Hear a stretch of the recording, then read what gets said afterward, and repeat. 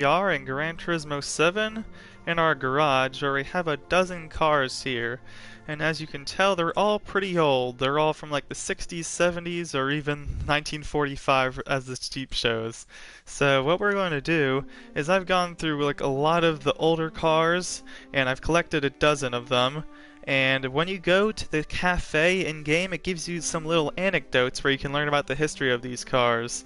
So in this short video, or I don't know how long this is actually going to be, but I'm just going to go through all 12 of these cars and hear about the anecdotes about all of them that you don't typically get to find out. So without further ado, let's start with the oldest, and like I said, we'll probably do another episode of this with some newer cars, but this is just episode 1. I'd like to see what you guys think about it. So let's get in this Jeep. Definitely an interesting engine sound, a whole 60 horsepower 4-wheel drive car. And we're just gonna head over to the cafe. And here we go. So you can see that once we bring the car in the cafe, we have Tom over here who can tell us some stories about this car. So Tom says this is the original model where the Jeep culture started. It was purely a functional design to meet military needs. The form follows function process doesn't always guarantee aesthetic success. Only on very rare occasions does it work like magic, and in this case it did, and the vehicle became an icon. Engineers who worked on this program must have had a good sense of proportion and high design quality standards. They knew where the right amounts of radii needed to be applied. In some cases, that extra depth of the flanges helped add rigidity to the panel so they could use a thinner piece. My hat's off to the original creators. Wow, thank you for sharing that with us. I look forward to discussing car design in more depth the next time we get the chance. So yeah, that's a pretty cool story about the Jeep, the fact that they were learning about certain rigidity aspects and making parts of the car thinner, and the fact they're talking about radii too, that's pretty unique. Wondering what parts of the car they're actually dealing with that. So yeah, that's a pretty cool thing to learn about the history of that Jeep. So let's get on to the next car. So the next car that we can find some information about is the Mini Cooper S from 1965. This car has 71 horsepower, 59.5 foot torque, and is 1,200 pounds. So let's see what stories we can find out, what history lessons. I just feel these anecdotes and stories are pretty cool. I wish they had it for all the cars, but it's only for some. So we got 2 stories, one from Chris and one from Stella. So Chris says, when it comes to speedy little road rockets, the first thing that comes to mind is this Mini. Although the original Mini was built as a compact car for the masses, it possessed a high level of performance. The first to notice the Mini's potential was the car constructor Cooper of Formula One fame. That was the company that created the sporty Mini Cooper S. The car shined in races and rallies of the day, leaving behind a lasting legacy. This model with an improved engine displacement of 970cc is especially prized within the series. Let's see what Stella has to say. Are you a car history buff? I'll say yes, why not? Great, then you'll want to hear this. When the Mini was born in 1959, it revolutionized the world of compact front-wheel drive cars. Designed by the English engineer Alec Isagonis, I hope I pronounced that right, it sported a uniquely positioned engine and gearbox. This maximized the space-saving potential of its front-wheel drive layout. The result was a small and fast car with a roomy interior. The Mini's historic front-wheel drive layout is now widely referred to as an Isagonis layout. And why shouldn't it be? It was designed by the brilliant engineer after all. That's something you never knew about. I didn't know that that was called that layout. I've always just heard of like front-wheel drive and rear-wheel drive, mid-engine, all that type of stuff. So that's I guess if that's who it was created by, I guess that makes sense to name it after him. But yeah, when I think of this car, I don't exactly think of a roomy interior, but I guess for that time that might have been the case. Let's go on to the next car, still in 1965, but we got the Toyota Sports 800. This car only has 43 horsepower, is also 1,279 pounds, so it seems like it would be a competitor to the Mini. So I'm like to predict that there's going to be similar stories, perhaps. So who do we got to tell us some stories? We have Jeremy. As Jeremy says, here's a legendary car from the early days of Japanese motorsports. I've heard all about how it used to race around the newly built Suzuka circuit. If you were to ask me which race by this car nicknamed Yotahachi was the finest, I would have to say it was the one at Funabashi Circuit in July 1965. Well, I've never heard of that track before. The event was the All Japan Club Championship, and the driver was Tohiro Yukiya. Yukiya broke his fender in a collision early in the race, dropping him to 16th place. After that incident, however, he staged a stunning comeback in moving through the field to win the race. There was something almost divine about his performance he displayed that day. Wow, yeah, 16th all the way back to that huge comeback out that track, and in fact, it seemed like they tested this car at Suzuka. I mean, that's a pretty cool thing. I've never really thought of Suzuka way back in the 1960s, but yeah, I guess it's existed for a long time. So let's check out the Renault R8 Gordini. So 3 years, or only 1966. Car is 100 horsepower, weighs 1,874 pounds, and yeah, let's see what we have to get to find out. So we have another story from Jeremy. Jeremy says, the Tour de Corse? It's a famous rally event that takes place in the French island of Corsica. The 1964 Tour de Corse was particularly a classic. Only 8 cars out of 79 managed to complete the race. Wow, that's a small amount. What's more, Renault's R8 Gordini claimed 1st, 3rd, 4th, and 5th place. It was quite the remarkable achievement. Gordini was an engine manufacturer originally established by the Italian driver and engineer Amedeo Gordini. The R8 Gordini came about through a collaboration with Renault. Yeah, when I look at that car, I mean, it's hard to even distinguish it as like a rally car. Like, I guess looking back at those days, it's clear to tell that, but I just feel like rally cars these days, like the Ford Focus and like a Subaru Impreza, and I just feel like that doesn't even look at all similar. So it's just kind of cool to see how far rally has kind of changed throughout the decades. So yeah, I wish GT7 had some rally courses you could try this out at. Okay, let's check out the Volkswagen 1200. Very, I think of Herbie Fully Loaded when I see this car. But we got a 33 horsepower, 1,720 pounds, and that's a pretty cool steering wheel there. So what can we learn about the Volkswagen 1200? Yeah, I think some of the stories you've heard are pretty cool so far. So we got 2 stories, another from Chris and from Stella. Chris says, the Volkswagen Type 1 is one little car that made a big splash in automotive history. Designed as a functional civilian car by none other than Ferdinand Porsche, its distinctive rounded shape resulted in the nickname Beetle. Its production run spanned more than 60 years, producing 20,529,464 units from the 1940s to the early 2000s. Thus, the Type 1 is considered one of the most historically significant cars ever. Yeah, I definitely agree with that. Just the whole curvy shape and how it's thought of as the Beetle, it's so iconic in its shape. Stella says, did you know that the Volkswagen Beetle and the Porsche 911 have some common linkages? The Beetle was designed by Dr. Ferdinand Porsche, the founder of Porsche automobiles. It sports a horizontally opposed engine at the back of the car that drives the rear wheels. Yes, precisely. It's a rear engine rear wheel drive car. Dr. Porsche carried design elements from the Beetle over to the first Porsche sports car, the Porsche 356, and later in the Porsche 911. What started out as a small people's car ended up as a genuine sports car. While there may be a world of difference between the two, the fact that they share a horizontally opposed engine, RR layout, and the same crater is truly fascinating. Yeah, when I look at this car, I mean, it's almost hard to recognize that between that and a Porsche, but I guess the engine design, the fact that's similar, I guess that creates that connection. But yeah, I just don't think of a Porsche when I see that Volkswagen Beetle, so that's kind of cool. I believe a Porsche 356 might be in our list if I'm not wrong. Is it? I don't think it is actually. But our next car is the Honda S800 from 1966. We're still we're still pretty lightweight here, 1,587 pounds, have 68 horsepower. So yeah, these are all pretty tiny, pretty light cars.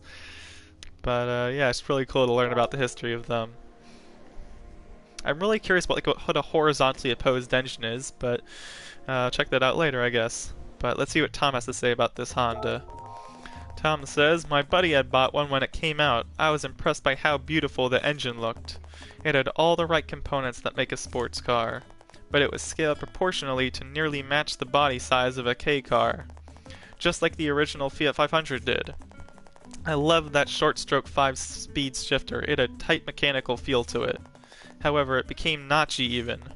That's why I wanted the Miata to have a short-stroke shifter without the notchiness. Wow, thank you for sharing that with us. I look forward to discussing car design in more depth the next time we get the chance. Yeah, that's a really cool story just about the shifting characteristics of the car. Oftentimes these stories only talk about like the specifications of the car or like certain power, which kind of fits the specifications, aerodynamic features, but the fact that it shifts with notchiness, that's just such a cool thing to hear about. You don't really, I mean, unless you really drive these cars, I mean, I guess you can't really tell that. So hello, so I see someone has joined. Thanks for watching. We've gone through 6 cars so far, and we have 6 more to go, where we're learning about the history of these classic 60s or 1945 to 1970 cars. And yeah, we'll probably do a part 2 if you guys enjoy this, but we're going to move on to our 7th car, which is the Fiat 500F from 1968. This car only has 16 horsepower and is 1,146 pounds. This thing is tiny, light, and man, that is... I feel like I've heard of lawnmowers that have more horsepower than this, so let's see what stories we get to hear about this. But yeah, we're just learning about the history. We got 3 people to tell us stories: Chris, Stella, and Hideo Kodama. Chris says, this rare beauty is an icon of Italian car manufacturing. The Fiat 500 made its debut in 1957. It is considered one of the legendary Fiat car designer Dante Giacosa's most enduring masterpieces. Giacosa contributed to the fabulous engineering legacy of Fiat for many, many years. At 9.8 feet in length, it's compact in nature but can snugly fit 4 people thanks to a space-saving rear engine. It was celebrated to this day for its undeniable charm. You can see where the modern Fiat 500 got its good looks from. And I definitely see the similarity between the current Fiat 500 and this one way back in the 60s. Stella says, along with the German Beetle and the British Mini, this Italian Fiat 500 is one of the most iconic European small cars in history. It may be the smallest of its rivals, but it can seat 4 passengers and its feisty little motor is capable of thrilling speeds. Its splendid exterior is owing to the handiwork of famed Fiat engineer Dante Giacosa. He also penned the underlying design. Giacosa created many great cars for Fiat, and I'm sure you'll come across them in time. Yeah, Giacosa definitely sounds like a very talented engineer. Let's see what Hideo has to say. This car, are you the owner? Are you by chance Mr. Hideo Kodama, the designer who had a hand in many famous cars from the German company Opel? Yes, I'm Kodama. It's a pleasure to meet the both of you. Pleasure is ours, Kodama-san. What an honor it is to make your acquaintance. Kodama-san was the chief designer at Opel. He worked for more than 40 years in Opel's design department. He's also a judge at the prestigious and historic vintage car event, the Concorso de Eleganza Villa d'Este. Wow, I probably butchered that pronunciation. The cuteness of this car wasn't intentional, but it does possess a high level of product styling. It's a pleasant design that you'll never get bored of, don't you think? It figures that the current Cinquecento borrows from this design. Dante Giacosa, Fiat's legendary technical executive, rose to prominence in 1955 when he created the 600 after deciding that Italy needed a compact car after the war. He then took on the challenge of creating an even better minimally packaged car. The result was the rear-engine super compact Cinquecento. The car looks to be in constant motion thanks to the thick wheel arches that really accentuate the tires. The front trunk lid that opens wide is also quite appealing, not to mention very functional. Thank you for the deeply insightful explanation. Of course, let's talk about car design again. Yeah, that was a pretty insightful story from Hideo, the way that the car constantly looks in motion. I've never really thought of it that way, but I guess I can kind of see it. That's, I almost, the fact that he said it wasn't meant to be cute, that's kind of funny, since that's kind of what I think of the car. I feel like it's this small, cute car, yet it wasn't really planned that way. Let's see what other stories we have. So next car we're going to check out is the Nissan Fairlady Z from 1969. It is 157 horsepower and it is 2,293 pounds. So we're definitely getting up there in power, but we're not, I wouldn't say, too high yet. We got a story from Shiro Nakamura. Shiro says, "Is this S30 yours by any chance?" "Excuse me, sir, aren't you the former Nissan Chief Creative Officer, Mr. Shiro Nakamura?" "Hello, it's very nice to meet you. Yes, I'm Shiro Nakamura." "It's an incredible honor to meet you." Shiro-san worked on a few Nissan Zs and the GTR. He also designed the Isuzu 4200R concept car. This is a masterpiece of Japanese car design. To be honest, the S30 was developed as a hatchback coupe rather than a sports car. There's plenty of cabin space, overall headroom is generous for a pure sports car. Still, it looks very sporty, meaning it is a very special design. Take the proportion, line, and surface. In many ways, the design of the car says it can only be done this way. But what is most impressive is its purity. It exudes a high sense of Japanese beauty. The look of the nose is modern. It's a design that's distinctly Japanese, unlike any other car from the US or Europe. The S30 is unmistakably a design that represents Japan. From the latter half of the 1960s and on, more than a few amazing sports car designs were created in Japan. In that day, there were many motivated and talented young designers inside Japanese car companies.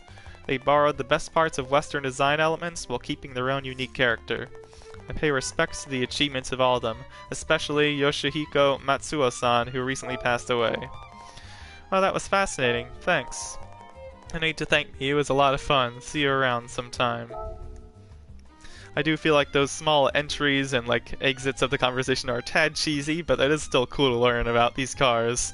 It's cool to introduce who this person is, but the fact that this said it was like a traditionally Japanese design, I never really thought of this car as like traditionally Japanese or like what those design elements are. What exactly makes a car have a Japanese design versus an American one? I feel like that's a cool thing to think about, so yeah, just cool to see the history of these cars. Next car we'll check out is the Chevrolet convertible, the C3 from 1969. A very iconic car with 298 horsepower. Oh, that engine noise, that's nice, isn't it? 3,422 pounds, definitely getting on the heavier side. Let's see what we get to hear about this car. So we got something from Ed Welburn, some guy we have not heard from yet. The C3 Corvette Stingray was a major step from the C2 Corvette. The C3 was much like a concept car you could purchase. The fender shapes are bold, the waist is tight, and everything from the pop-up headlights to the styled side exhaust are very much like a show car. Even the door handles were innovative. The interior was inspired by NASA space capsules. In fact, all of the astronauts drove C3 Corvette Stingrays. Thank you for that. That was very interesting indeed. There's so much more I'd like to speak to you about. I look forward to seeing you again. Wow, that's pretty cool. I didn't know that the inside was designed like a NASA space capsule. That's an intriguing thing to learn. I mean, I always think of cars designed based on like previous cars, not based off spaceships or anything like that, so I guess that just really shows you how innovative a lot of these designers went. So our next car is a Chevrolet Camaro Z28 from 1969. Has 289 horsepower and weighs 3,120 pounds. We're approaching the end of our list here, just 3 more cars to go. So let's see what we get to learn about this car. Once again, we have Ed Welburn as well as Chris. Let's see what they have to say. Chris says, "Are you familiar with the term muscle car?" Definitely. They were large American machines from the 1960s known for their large displacement and enormous power. The first generation Camaro Z28 was one of the more notable models from that era. Its V8 engine was developed especially for the Trans Am racing series, meaning it was highly potent. Instead, having tons of torque like other large displacement engines, it offered plenty of top-end power. With awesome straight-line speed, the race version of the Z28 took home several victories in Trans Am races. Known as the last of the Z28s, this 1969 model has been coveted for generations. And Ed says, "This is my car! Seriously, it's actually in my garage right now. The 1969 Camaro is a true classic American muscle car. The unique grille shape gives the design a wide stance, and the character lines on the side of the car gives the Camaro a feeling of speed. The most dated era of the design are the wheels. On my 1969 Camaro, I ditched the 14-inch rally wheels and installed 17-inch wheels. It's a great car to modify, enhance, and race. Trust me, I know." Thank you for that. It was very interesting indeed. There's so much I'd like to speak to you about. I look forward to seeing you again. Yeah, I wouldn't say the wheels look out of place being 14 inches instead of 17 inches, but, I mean, when I look at that car, the first thing that comes to mind is just like, it looks like a muscle car, so I guess muscle cars are very modifiable. That's a word. Customizable, there we go.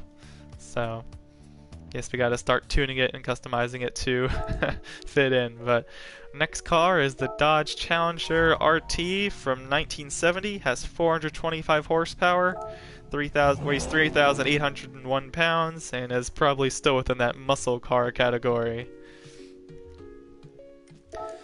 Okay, going to the cafe here. How many guys do we have to tell? Okay, we got Hideo Kodama once again. At first glance, it appears to be a normal sedan, but look inside and you'll realize that this car is created for speed. This is the category that's referred to as muscle cars. This Challenger RT is like the Barracuda because it's smaller in size. However, the large front opening and the kicked-up rear quarter are aggressive design cues that match the car's character. Power is provided by a Hemi engine. On the hood is a protruding air scoop called the shaker. When it shakes, it declares the enormous power it possesses. If you include the optional rear spoiler, the Challenger RT is a muscle car that's sure to catch anyone's eye. Thank you for the deeply insightful explanation. Of course, let's talk about car design again.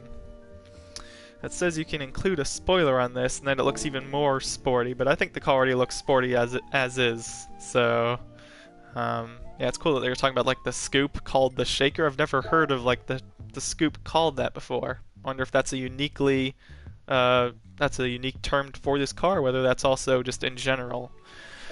Oh, we're just about to finish up our history here, as we're gonna end up on the Chaparral 2J from 1970. I'd say the coolest looking car of this list. I mean, just look at the back of this car. 683 horsepower, weighs 1,810 pounds. And let's just see if we can get this in a scape before we head out here. I want to see if we can get a view from the back. It's taking a long time to load. Okay, here comes the car. And just look at this back here. Oh, it's just so unique the way that, I mean, it's like a box, which is like, I don't know, it's just, nothing else really looks like it. I'm just so intrigued by it, so I'm curious to see what we can learn about this car. So we have once again Ed and Jeremy to tell us about the Chaparral, I'm going to pronounce it correctly, Chaparral 2J, there we go. Jeremy says, "Trust me, you're not likely to forget a car like this. This is a Chaparral 2J, which was built for the 1970s Can-Am series. What makes it original is found at the rear of the car. There you'll find two fans powered by a 274cc engine. These fans suck the car to the ground to generate downforce. They expel the air between the underbody and the road, creating a suction effect. For this reason, the 2J is sometimes referred to as the fan car. Thanks to this ingenious piece of engineering, the car can take corners at speeds that defy all logic. The Chaparral 2J set incredible lap times in all 4 of the races it's entered. In fact, it even took pole position. Its Achilles heel was reliability. But before it could run a full race, the FIA changed the rules on aerodynamics, deeming the fan system illegal. One can only imagine what this car could have achieved had it been given time to develop." Let's see what Ed has to say. "I'm a big fan of all things Chaparral. The Chaparral 2J was the most innovative Chaparral. It's undoubtedly the most radical race car of the legendary Can-Am series. Its wedge-shaped nose, squared-off body, and twin fans on the rear instantly made you want to know what mysteries lay below its skin. Its design looks more like a scientific test bed than an agile race car, but the Chaparral 2J could outperform everything. That's why it was eventually banned from racing, because of its incredible technical advantage. I would have created a body shape which was more in keeping with the front end design, or at least painted the center section white. Thank you for that, it was very interesting indeed. There's so much more I'd like to speak to you about. I look forward to seeing you again. Yeah, I like hearing his suggestions of what he would have done, and I definitely agree. It looks like a test bed rather than like an actual car. It seems just so experimental, so I think that's what I really like about it. But yeah, it's kind of weird that it's not white in the center. It's like it kind of shifts to this gray. So I see some guys just started watching the stream, and I'm sorry, but I think we're gonna have to end it here. If you'd like to check out the stream once I've ended it, feel free to watch the parts you've missed. But we basically just gone through these 12 cars, starting from the 1945 Jeep Willys MB to the 1970 Chaparral 2J, and we're going to go through some more in the future. But I just thought it was kind of cool to learn some history lessons about these cars that you don't normally know. Everyone knows a little bit about the history of these iconic cars, but it's always cool to just learn that extra bit. I mean, I thought the most interesting thing I learned was how one of these cars was designed with like Japanese design elements. I think that was the Fairlady. It's like I've never really thought of those certain elements to be international or not, or at least national, like, focused on one area. I don't really. How do you characterize what looks like American versus European? I guess you can generalize that, but especially back in the 1960s, I feel like those stereotypes weren't necessarily framed yet at that point. So yeah, I guess I'm just gonna end it here, but I definitely enjoyed hearing a lot of those stories that I wouldn't have heard before. So thank you guys for watching, and I'll see you next time with a dozen more cars to look at, and those which will be a bit newer than 1970s. So thanks for watching, and see you next time.